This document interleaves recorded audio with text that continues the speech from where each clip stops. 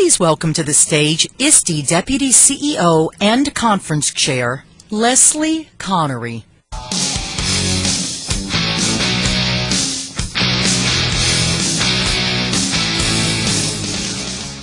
Thank you. I hope that you all will agree it has been an exciting week. Did you have a good week?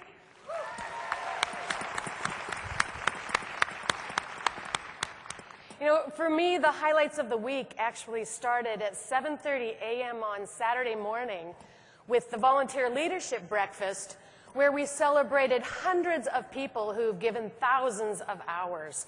And they shared what they've been doing, and they talked about the different ways that they've helped ISTE throughout the year be a really vibrant community. But if I actually went through all of my highlights from Saturday morning at 7:30 until right now, you would never get to hear ChrisLehmann. So I'm not going to go through my entire highlight list, although I tell you, this year for me, there were more than ever. And I think actually some of my highlights, a lot of my highlights were the informal conversations that happened in the elevator, different places. It was just amazing. There is one of the formal things we did I'd like to call out, and that was yesterday's keynote with Dr. Covey. And what I thought was pretty special about that is that without the use of technology, we never could have brought that 78-year-old man who doesn't travel anymore, but who is an incredible leader and thinker, to share with us some very pointed, appropriate, targeted comments to us. But really, the stars of that thing were the two students, Elio and Kanani. I'm telling you, Elio and Kanani, watch for those boys. You will hear those names again. I'm sure of it. So please join me in taking a look at some of the other highlights from this week in Philadelphia.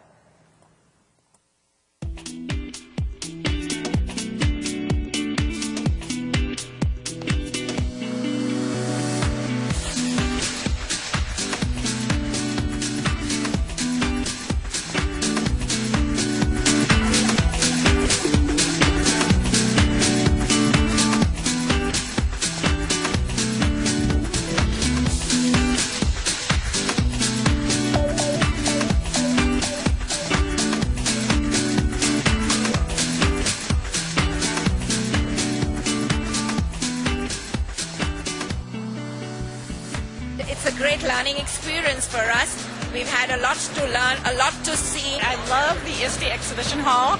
Everything I want to see is here. It's really a great show. Very, very stimulating. It's like no other. I've never seen anything like this before. It's such a wonderful experience. It's an opportunity to catch up with old friends, meet new friends. And it's all about the kids. And I'm excited to see so many people with such interest. Loved the keynote from Dr. Medina. Really enjoyed listening to Dr. Covey. The vendors have been simply phenomenal. Hands-on, all the great new technology. It's not just a matter of here, buy our products. It's here, let us show you what we can do, not only for you, but for your kids. The teachers who take the first step to lead the students for a better community and make a difference within their communities.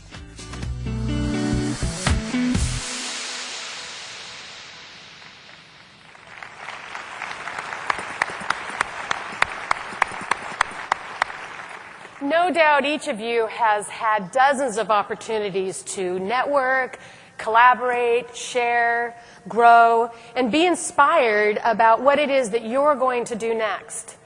How you're going to take what you've learned and unlock your own potential, unlock student potential, or ideally, unlock both. Because that's why we're all here, isn't it? We're educators. And success for us means unlocking a love of teaching and a love of learning in ourselves and a love of learning in our students. And then that begs the next question. What is it that you're going to do next? How will you take all that you've learned and experienced this week and build upon it to make a difference in the lives of the students that you serve? What are you going to do? What action will you take to unlock their potential and your own potential? Now, I won't deny it. It's a challenge. In some cases, those locks are locked pretty tightly. But it's an exciting challenge, and it's one that I truly believe that we can overcome. We simply have to want it, and then we have to make it happen. So, what are the next steps? Well, literally there's thousands of them, and many of you already know, or at least have some really good ideas about what it is that you're going to do next. But for those of you who may find yourselves at a loss, I do have a few tips to share, just 3. First, get it out of your brain. Right now, your brain is on inspiration overload. It's chock full of new information, ideas, great ideas, and exciting goals. Don't keep those ideas in there, in your brain, I mean. Get them out. Write them down. Tweet them. Post them. Blog about them. Whether you choose a high-tech means or a low-tech means, write them down and get them out, because putting them into a more tangible form is what will help you bring clarity and focus. Your brain is a really unreliable storage location for goals. So don't let all of these really great goals get away from you. In fact, I am so serious about this, and I think it would be so cool if you all tweeted your goals, that I would like you to take just a minute and write down in old-fashioned form, tweet, text, whatever device you want to use, however you want to do it, 2 goals that you're taking away as a result of being here at ISTE 2011. Just right now while it's fresh. I'm serious. I'll be quiet for a couple of minutes. Go.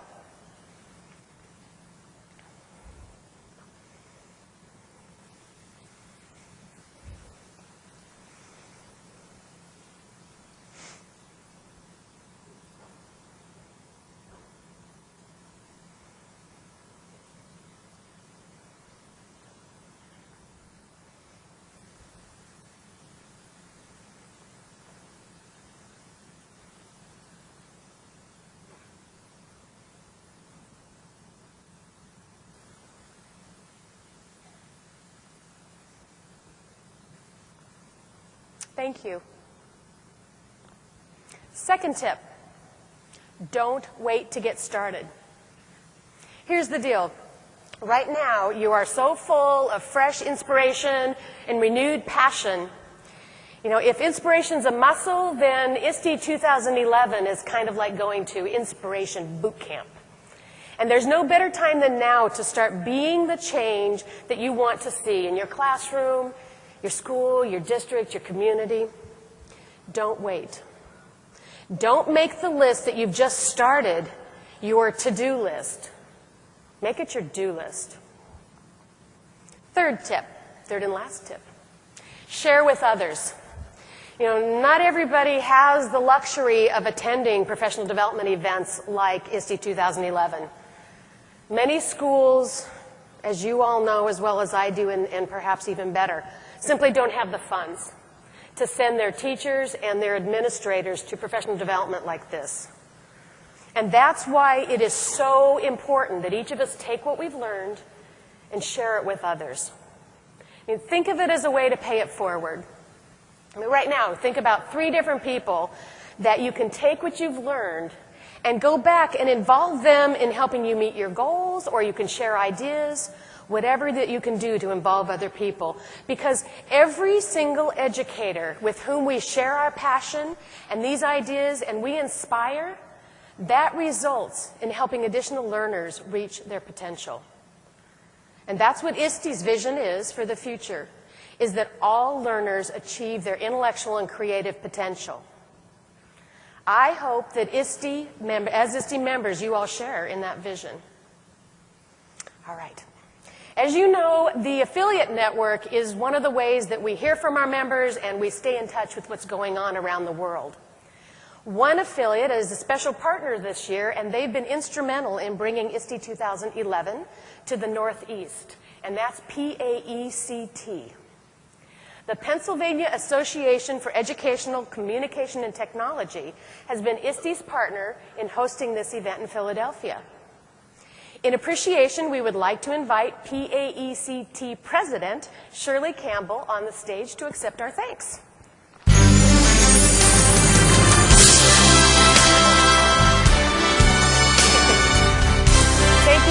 Shirley, and warning, it's really heavy. Thank you so much to you and to PAECT. Thanks.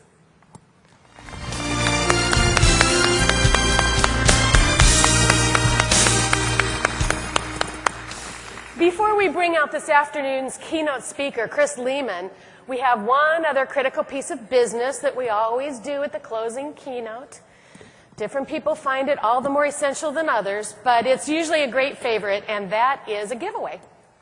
So let me come over here and grab the giveaway envelope. We have a tradition of making sure that at least one lucky person is almost guaranteed to be able to join us at the following year's conference. So we give them a registration, a travel package that includes airfare and hotel. And so they get all that, and then hopefully they come and join us in San Diego in the following year. And this year, the winner is Lori Ellis from Thomas O'Brien Academy in East Bern, New York. Is she here, Lori?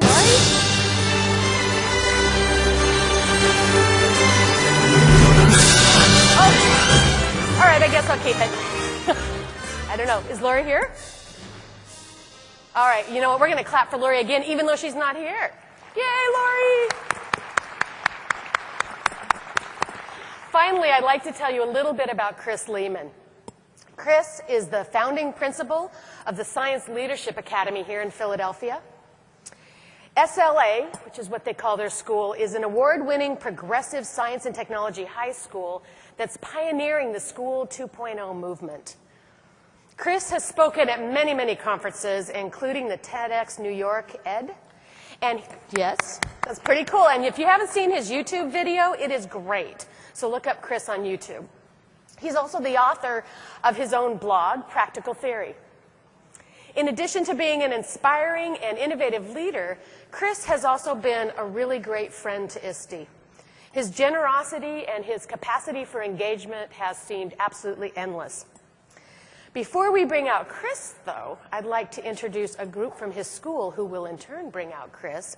So please join me in welcoming the SLA Poetry Slam group.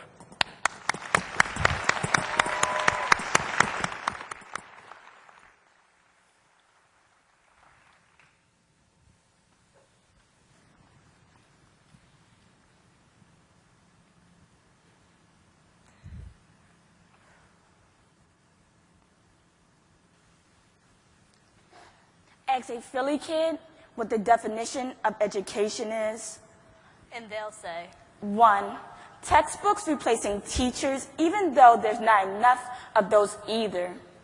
2, a vicious pattern of ignorance scribbled in 1990 hard-cut textbooks, filled with insufficient synopsized information used as a shield in this violent battle of education. 3, teachers unknowingly getting to add referee to their resumes. 4, a vicious pattern of ignorance. 4, teachers forget the feeling of change around their senses, numbing them senseless for sense unseen since the budget cut. 5, 629 million questions with answers that are more like excuses. 6, because we haven't realized that adding kid after kid into cages isn't very useful. 7, girls dragging out days of horror, where only spit-dripping soap, paper towels, and leaking water used in the girls' bathroom become bullets. 8, guys, slippery palms from practice, now used for action as they reenact the gun revolving around an enemy's temples for their attempts to succeed. 9, because no information provided by the school district could ever prepare them for the consequences of their surrounding environment. Ask a Philly kid what the definition of education is. And this is what they'll say.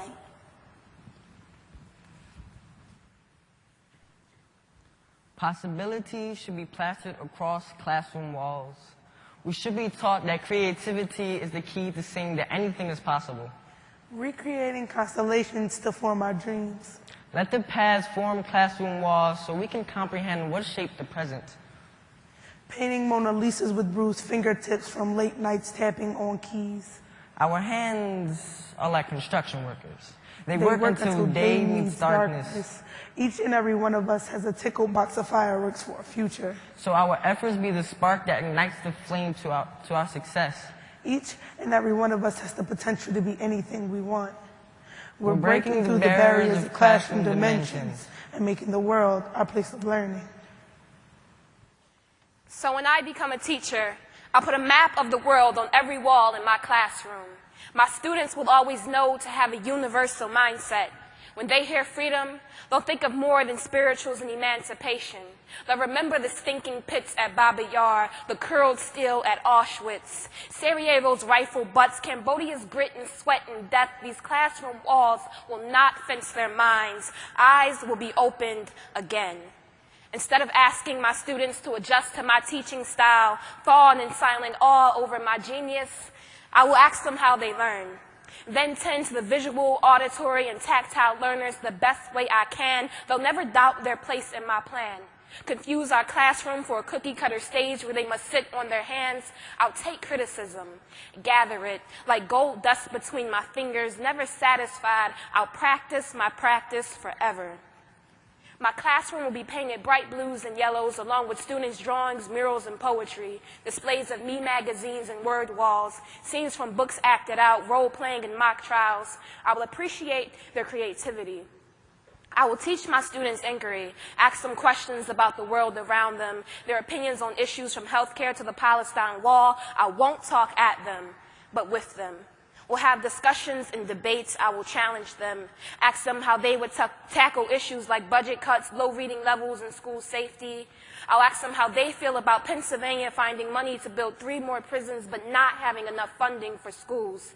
I'll ask them how they feel about districts spending millions on standardized tests and curriculum but not having enough for extracurricular activities. My students will be informed. They will be poets, storytellers, artists, actors, activists, all while being beautiful. Every day I will tell them they are beautiful.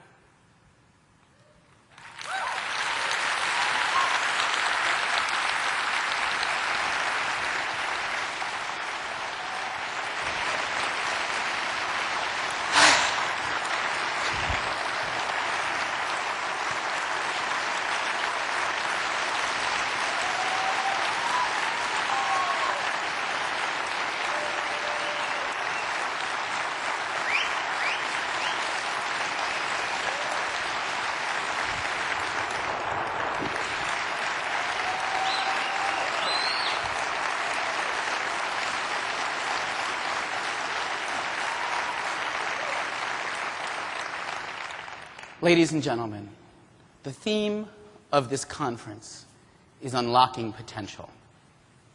These young men and women, these students, these poets have unlocked theirs, and it is my honor and pleasure to be their principal. Thank you.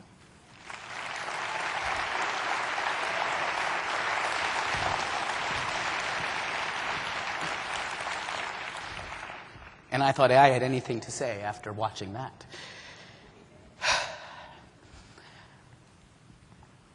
Unlocking potential.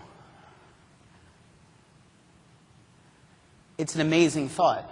It's an amazing thing. It is the idea that every child, every student, all of us, have the ability to do something that matters. In the end, what we're talking about is agency. Agency is nothing less than the ability to own your ideas and do powerful things with them. To be fully engaged and active, not just in your school, but in your world. And that is what we want for our children.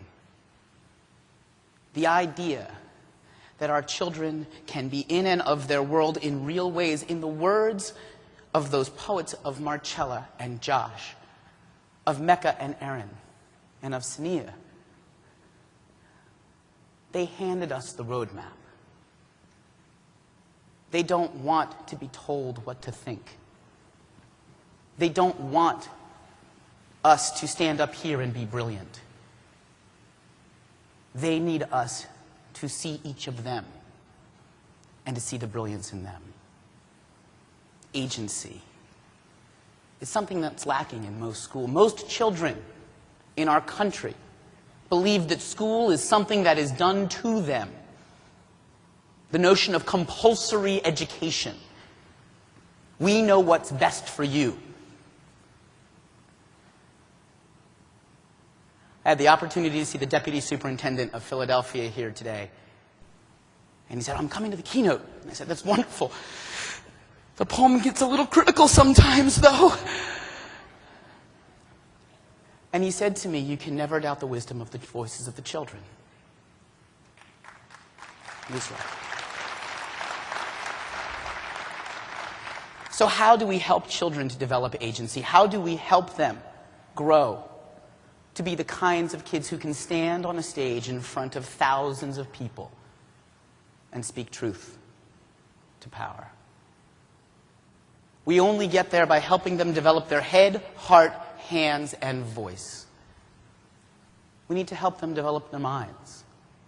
We need to teach children how to ask powerful questions. Seek out those answers. And not the answers that we have already in our heads ready to give them, but the answers we never thought of. I am perfectly comfortable standing up here telling you that those 5 children are better poets than I could ever be, despite the fact that I was an English major and thought of myself as a poet once upon a time. But I can help them ask the questions they need. I can help them grow. I can guide them along the way. I can teach them. We all should take no greater pleasure than watching our students eclipse our abilities, watching them race past us faster and more powerfully than we could have ever imagined. We must help them develop the life of the mind. We must help them to see all that they can be. Schools have actually kind of always known that. That's the easy one, I guess. We must help children develop their heart. We must help them to see the world with empathy. The problems that we face today, the world that we are turning over to them, will require more than just analytical minds. It will require more than just data to solve the problems. We must help our children see the humanity of everyone around us. I love the idea that at SLA, kids see teachers as family. Kids see each other as family. And they see that community as something that matters. We must help kids develop their heart. Once they do, and as they do, this isn't sequential, we got to help them develop their hands. Kids should do stuff that matters. Kids can do stuff that matters. They can build things, write things, speak things, create things, do things that matter. Show of hands, how many of you can tell me exactly what the lives that these children will lead will look like for the next 50 years? That's what I thought. If we dare them to do things now, if we help them to build things, say things, create things now, we avoid the great lie of education. The great lie of education is this will be good for you someday. Why am I learning this? You might need it someday. What a powerful thing when we say to kids, you need it now. What you do, what you create, what you build matters now. We must develop their hands. And then, as those 5 children demonstrated, we will have helped them develop their voice. Kids can be expert voices in the world. I defy anyone to find me someone who can speak to the challenge of public education in Philadelphia better than those 5 children did. I ask you to find me anyone who can speak to their representatives, which is what this picture is. We are facing a $629 million budget deficit in this city. over 20% of the working budget of the school district of Philadelphia. Well, I can tell you why I need the money for my school, but who cares what I think? We put the kids on buses. We send them into their state representatives and state senators' offices, and we let them tell the story. And we didn't tell them what to say. They went out. They did the research. They found their answers. They sat with me and asked me questions about how I chose to deal with the budget cuts at our school. They sought out other principals, and they sought out other leaders. And then they got on the buses to Harrisburg. When we develop their head, heart, and hands, we allow them to have a powerful voice. So let me tell you a little bit about my school. This is the Science Leadership Academy. We are a public partnership, a public school formed in conjunction with the School District of Philadelphia and a wonderful museum here in town, the Franklin Institute. I hope some of you got the chance to go while you were here. We are a public school. We were described by Philadelphia Magazine as physically looking like an underfunded insurance agency, which we were going to get offended by, except that they were right. The school opened its doors in September 2006. Cinia and Marcella represent two of the members of our second graduating class. And at our school, we endeavor to be the best of ourselves every day. The first thing I can tell you about our school, it is built on the ethic of care. Somewhere, somebody in the Blogger Cafe just yelled bingo, by the way. The ethic of care, simply put, means not only do I care about my students, but I care for them. There's a profound difference there. I care about this community. I do. The ISTE educational technology community, I care about deeply. But I can't care for you all. There's just too many of you. I can care for my students, and they can care for me. When we built a school that is first about the ethic of care, about the idea that we are better together than we are apart, amazing things can happen. I was on a panel yesterday with 7 of my students, and Rashawn at one point said, you know, and Rashawn's this amazing young man, and he runs a nonprofit that he started through his internship at SLA. And he was talking about how he speaks to business people, and he went to sessions here, and he was watching, and he was listening, and he kept hearing everybody talk about networks. And he said, you know, I'm so sick to death of networks. And of course, I, as the principal, am now scared to death of what's about to come out of his mouth, because we talk so much about networks here. And he said, I don't need a network. He said, my school is not my network. They are my family. I don't need members of a network. I need brothers. I need fathers. I need mentors. And I had never heard, and I've certainly never done as good a job myself of explaining the ethic of care. SLA can be a second home. Our schools should be second homes. We shouldn't see the rush out the door at 3 o'clock. They should want to be there. And we think that we built a school where they do. So how do you get there? To talk about the academics of the school, everything is built on 5 core values. Inquiry. What are the questions we can ask? Research. How do we seek out powerful answers to those questions? Collaboration. How do we make those answers deeper, better, richer? Presentation. How do we show what we know? And reflection. How do we step back and learn from what we've done? It does an amazing thing when you build a school around those ideas. Yesterday, again, on that same panel, Michael talked about the idea that when he came to SLA, he was paralyzed by the right answer. He'd been taught all throughout his school to seek out the right answer. And when they asked him yesterday on the panel, what have you learned at SLA? He said, I learned it's okay to fail as long as I'm always learning. Let us build a nation of schools where children are willing to take risks to succeed because they know that even if they fail, they can learn.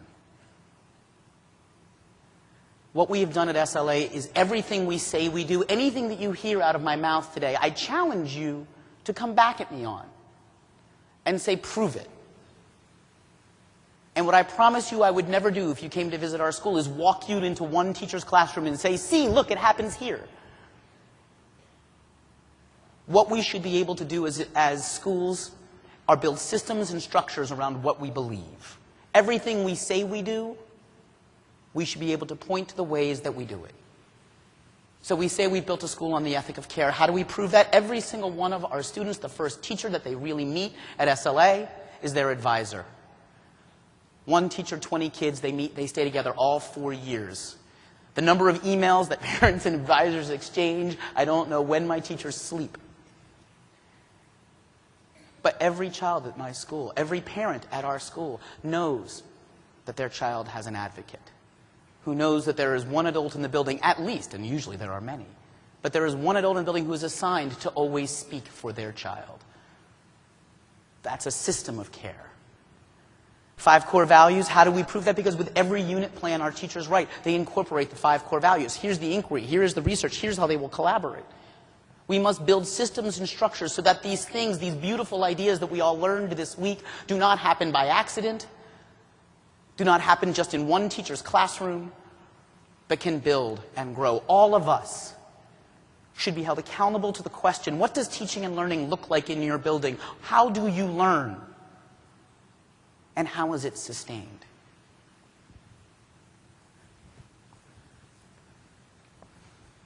When you do, you unlock students' passion. Our school is filled with incredible passion. What this photo is just awesome. But our students, as part of their engineering class, entered a kinetic sculpture competition. Think about that, kinetic sculpture. So this is their sculpture, and this is them pedaling it. By the way, this wasn't against other students. This was in the world. This was artists and engineers and whomever building things together, and our students stood there as part of that. One of the things we love to say at school, and one of the things I challenge all of you to take back is this. What if high school wasn't just, what if school itself was not just preparation for real life? What if it was real life? What if we let kids do stuff that matters now? Our children have built a biodiesel generator that schools in Central and South America are using to power their schools. They have interviewed politicians. They have spoken in front of 6,000 people. They have created original movies. They have built websites. They have opened businesses. They have started nonprofits. They have, in short, engaged with their world. What a powerful thought. Because in the end, what I believe is our goal is not, as some would have you believe, to create the 21st century workforce. That is far too low a bar. All of our goals should be to help our students become the 21st century and beyond citizens that we so desperately need. To help them become fully realized people of their world. The scholars, the activists, the parents, the neighbors, the voters, the workers, sure. The citizens we need. Let us never forget that. Let us never forget the most important thing that we do is teach the child in front of us to become a fully realized person. And with that, I have, and Leslie, I hope you don't mind, I've got one thing I want you all to remember about this conference. If you take nothing else, make sure you realize that these tools, these amazing things we have learned, all that we have done this week serves nothing else but to help us all become better people.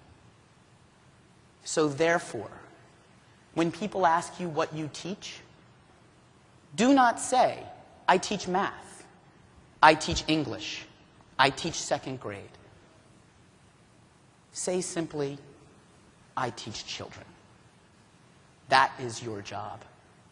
That is what we all endeavor to do. Because in the end, the goal is this.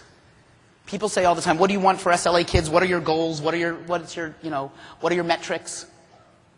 And I think they want SAT scores or PSSAs or attendance numbers or graduation rates, and we can give them all of that.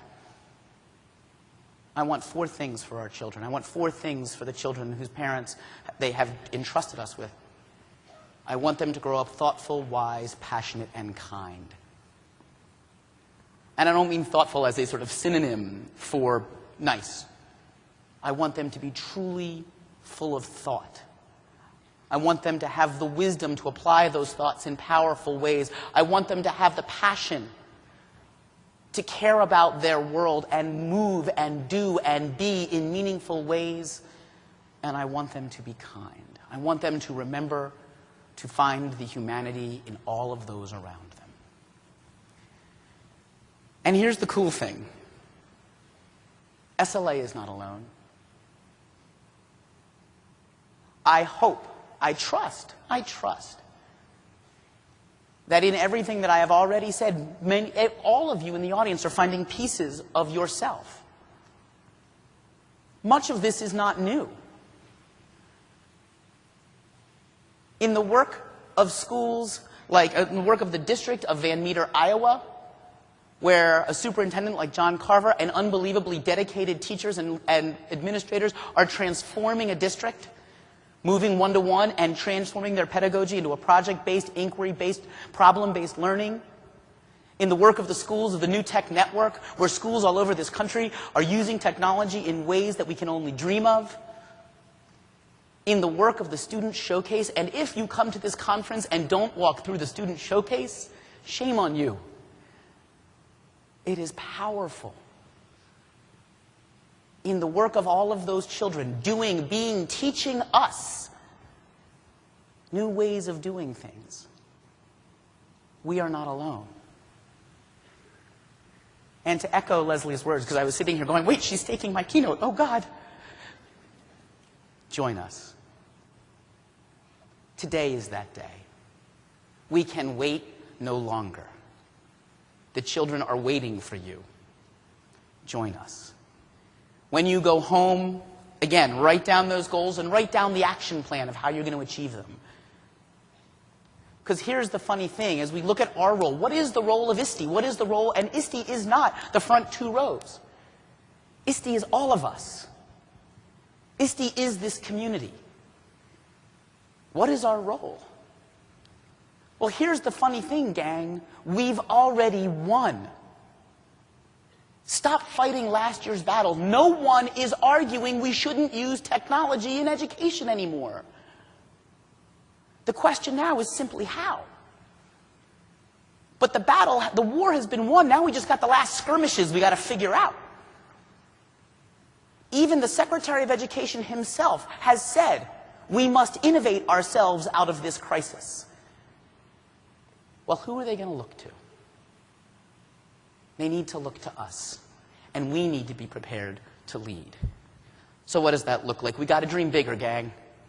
If the best we can imagine these tools to be is the next greatest flashcard, a better way to test our children, we will have failed.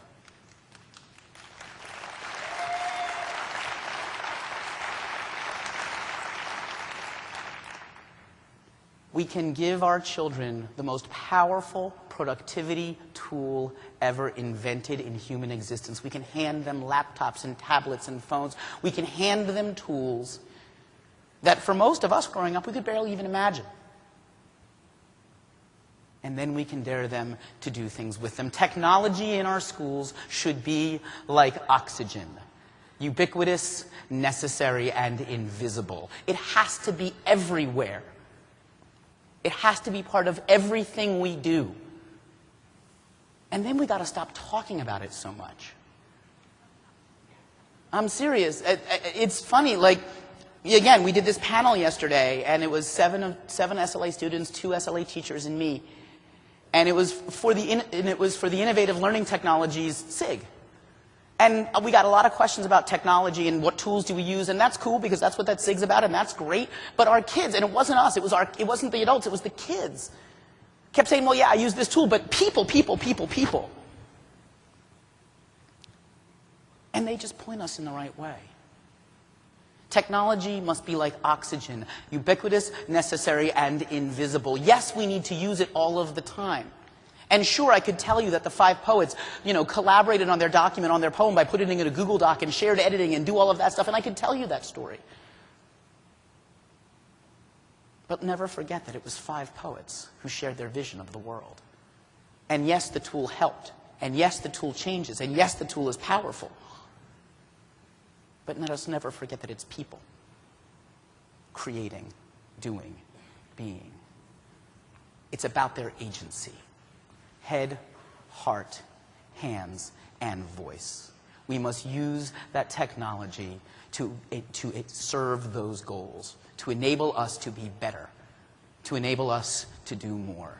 And if you are not using these tools to create, research, collaborate, present, and network, to make things that matter, to seek out answers, to share your knowledge, to show what you know, and then to bring that voice to the world, all you have done is created the next great flashcard. We must empower not just the children, but ourselves. Because in the end, as Leslie said, and you took my line, it's not just about unlocking their potential. It's about unlocking all of our potential. It's about the power of IngChat or EdChat. It's about the ability to be grappling with a lesson plan and to throw out, hey, who's up there for a Skype conversation? It's about the ability to say, I need help, and to get it, and to give it back the next time someone asks. It's about the idea of the ideals of this conference being lived every day and shared every day, because we can share our world. We can come together, but we should never be apart. So how are we going to do it? Let us remember to be humble. This work is hard. Today is that day. But we don't have all the answers. I wish I could stand in front of you and say that SLA has solved it all. We've got the model. Here it is, everyone. Just go do it. But to do that would be to dishonor all the times we have failed. All the times we were short of the best versions of ourselves, of the best visions of ourselves. Let us remember to be humble, and let us question anyone who says they have all the answers. Let us also be one community. This is no longer about the vendor floor versus the bloggers versus the everyday teacher versus the administrators versus the parents versus the students. This is about us all. We must innovate our way out of this crisis. It is time for us to be one community and lead. It is time for us to share a vision of school that is empowered, that is passionate, that is inquiry-based, that harnesses these tools to allow students and adults to do things we could never dream of. And it is time for us to bring that vision to every community and every school in this country. Because if we do, will we honor the words of those poets? We will honor the words of Sania, and we will be beautiful. Thank you.